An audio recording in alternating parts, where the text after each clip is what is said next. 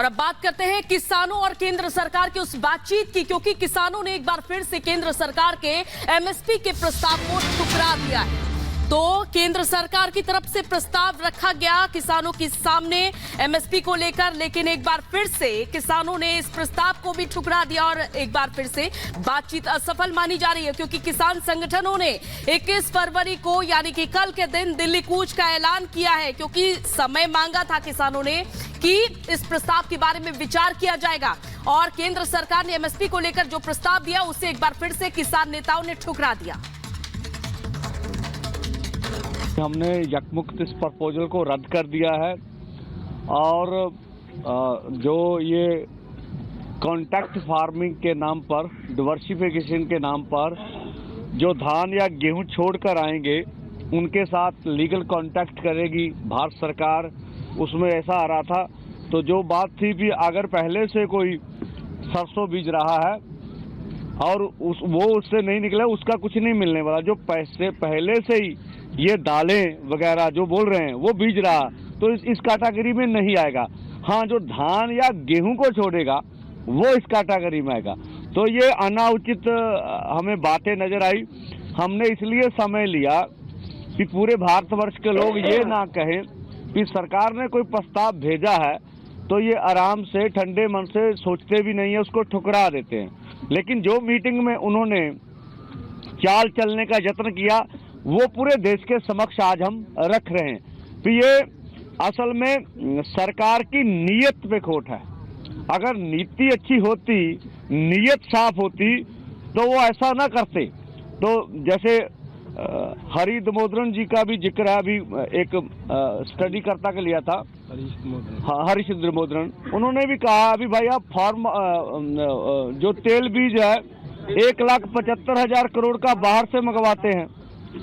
तो यही अगर अब एमएसपी लीगल गारंटी कानून बना देंगे तो हमें नहीं लगता है कि इससे अधिक राशि की आवश्यकता है।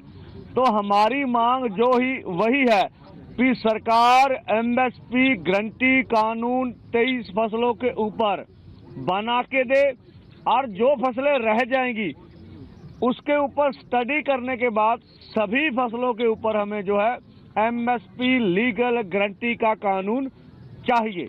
हम इसी स्टैंड करते हैं और इस पर ही आगे बात होगी।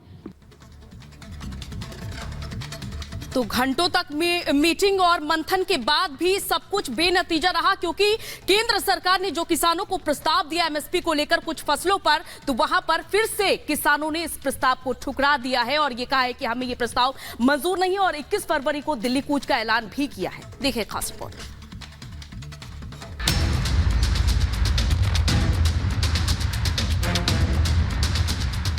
सरकार तैयार, किसान क्यों अड़े? 21-22 फरवरी को किसान मोर्चा की मीटिंग। आंदोलनकारी और सरकार फिर आमने सामने है। एमएसपी की लीगल गारंटी समेत कई मांगों को लेकर आंदोलनकारी फिर सड़कों पर उतर आए हैं। इस बीच रविवार को किसान नेताओं और सरकार के मंत्रियों के बीच चौथे राउंड की बातचीत हुई। इस बैठक में कृषि मंत्री अर्जुन मुंडा, वाणिज्य मंत्री पीयूष गोयल और गृह राज्य मंत्री नित्यानंद राय मौजूद थे। इससे पहले केंद्र और किसानों के बीच 8, 12 और 15 फरवरी को भी बातचीत हुई थी। अब तक की बैठकें बेनतीजा ही रही हैं। हालांकि रविवार को हुई बैठक में सरकार ने किसानों के सामने एक नया प्रस्ताव या यूं कहें तो फॉर्मूला दिया है। 4 घंटे से ज्यादा चली इस बैठक को केंद्रीय मंत्री पीयूष गोयल ने सकारात्मक बताया है। उन्होंने ये भी बताया कि सरकार ने किसानों के सामने एमएसपी यानी न्यूनतम समर्थन मूल्य को लेकर एक नया प्रस्ताव रखा है। पीयूष गोयल के मुताबिक किसानों के सामने प्रस्ताव रखा गया है कि सरकारी एजेंसियां एमएसपी पर किसानों से दालें, मक्का और कपास खरीदेंगी। ये खरीद अगले 5 साल तक रहेगी। लेकिन अब इस मामले पर संयुक्त किसान मोर्चा ने केंद्र सरकार के एमएसपी के प्रस्ताव को खारिज कर दिया है। किसानों ने एमएसपी प्रस्ताव खारिज किया। प्रस्ताव किसानों के हित में नहीं। 23 फसलों पर एमएसपी लागू करे सरकार पर कोई बोझ नहीं पड़ रहा। अगर सभी फसलों के ऊपर एमएसपी दी जाती है तो 1,75,000 करोड़ रुपए के अंदर वो काम चल सकता है। तो फिर अगर सरकार इतने पैसा लगा भी रही है तो ये 2-3 फसलों का बिकने की व्यवस्था बनाए और बाकी किसानों को ऐसे छोड़ दिया जाए, ये हमें उचित नहीं लग रहा। किसान मोर्चा ने कहा कि स्वामीनाथन आयोग ने 2006 में अपनी रिपोर्ट में केंद्र सरकार को C2+50% के आधार पर MSP देने का सुझाव दिया था। बयान में ये भी कहा गया है कि इसी के आधार पर तमाम फसलों पर वो MSP की गारंटी चाहते हैं। अब इस मामले में राजनीति भी तूर पकड़ने लगी है। कांग्रेस नेता राशिद अलवी ने कहा कि किसानों की समस्याओं का समाधान होना चाहिए। किसानों की समस्याओं का समाधान होना चाहिए और उनकी सबसे बड़ी समस्या है मिनिमम सपोर्टिंग प्राइस। MSP का कानून बनना चाहिए, क्योंकि आज MSP का कानून की कोई इज्जत बाकी नहीं रह गई है। आप भले ही कहते रहिए सरकार तय कर देती है कि मिनिमम सपोर्टिंग प्राइस इतना है, लेकिन दूसरे लोग उसकी परवाह नहीं करते हैं। अगर ऐसा कोई कानून बनेगा तो किसान को उसका पूरा हक मिलेगा।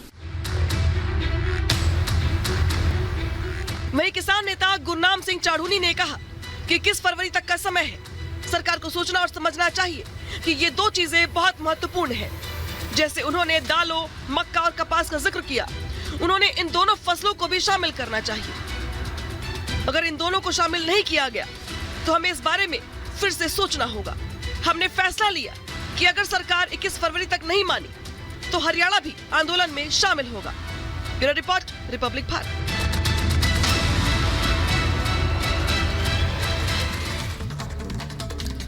और बात करते हैं चंडीगढ़ की, जहां मेयर चुनाव को लेकर जो बवाल हुआ था वो थमने का नाम नहीं ले रहा है और अब तो सुप्रीम कोर्ट भी इस मामले में सख्त नजर आ रहा है। जहां आज इस मामले को लेकर सुप्रीम कोर्ट में सुनवाई होनी है, लेकिन सुनवाई से पहले सुप्रीम कोर्ट की ओर से आदेश दिया गया है कि मतपत्रों को और साथ ही साथ मतदान के दिन का वीडियो भी पेश किया जाए। देखिए खास रिपोर्ट।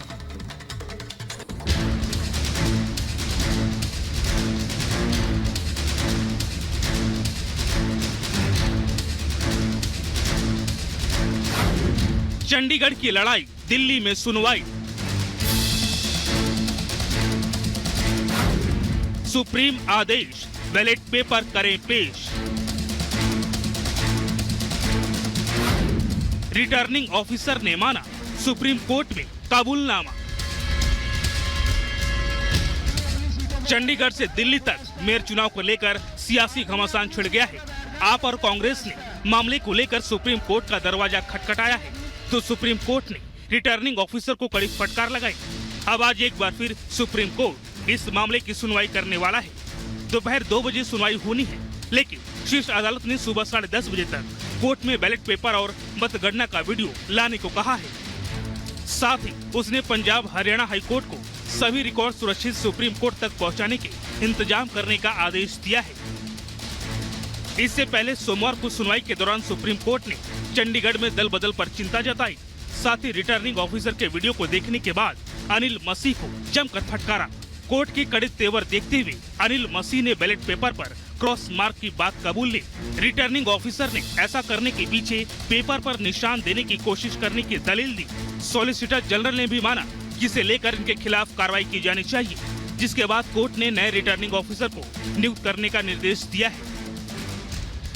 हालांकि सुप्रीम कोर्ट में सुनवाई से पहले चंडीगढ़ नगर निगम में बड़ा उलटफेर देखने को मिला था, जहां एक और सुनवाई से पहले ही चंडीगढ़ के नवनियुक्त मेयर मनोज सोनकर ने अपना पद छोड़ दिया, तो वहीं दूसरी ओर आम आदमी पार्टी के 3 पार्षद पाला बदलकर बीजेपी में शामिल हो गए, जिसके बाद चंडीगढ़ निगम का नंबर गेम पूरी तरीके से चेंज हो गया। अब आज एक बार फिर CJI की बेंच इस मामले में सुनवाई करने वाली है, जहां वो चुनाव की वीडियो और बैलेट पेपर्स की जांच करेंगी, जिसके आधार पर कोर्ट ये तय कर सकता है कि चंडीगढ़ में फिर चुनाव कराया जाए या बैलेट पेपर की गिनती करके नतीजे घोषित किए जाए। Bureau report, Republic Bharat.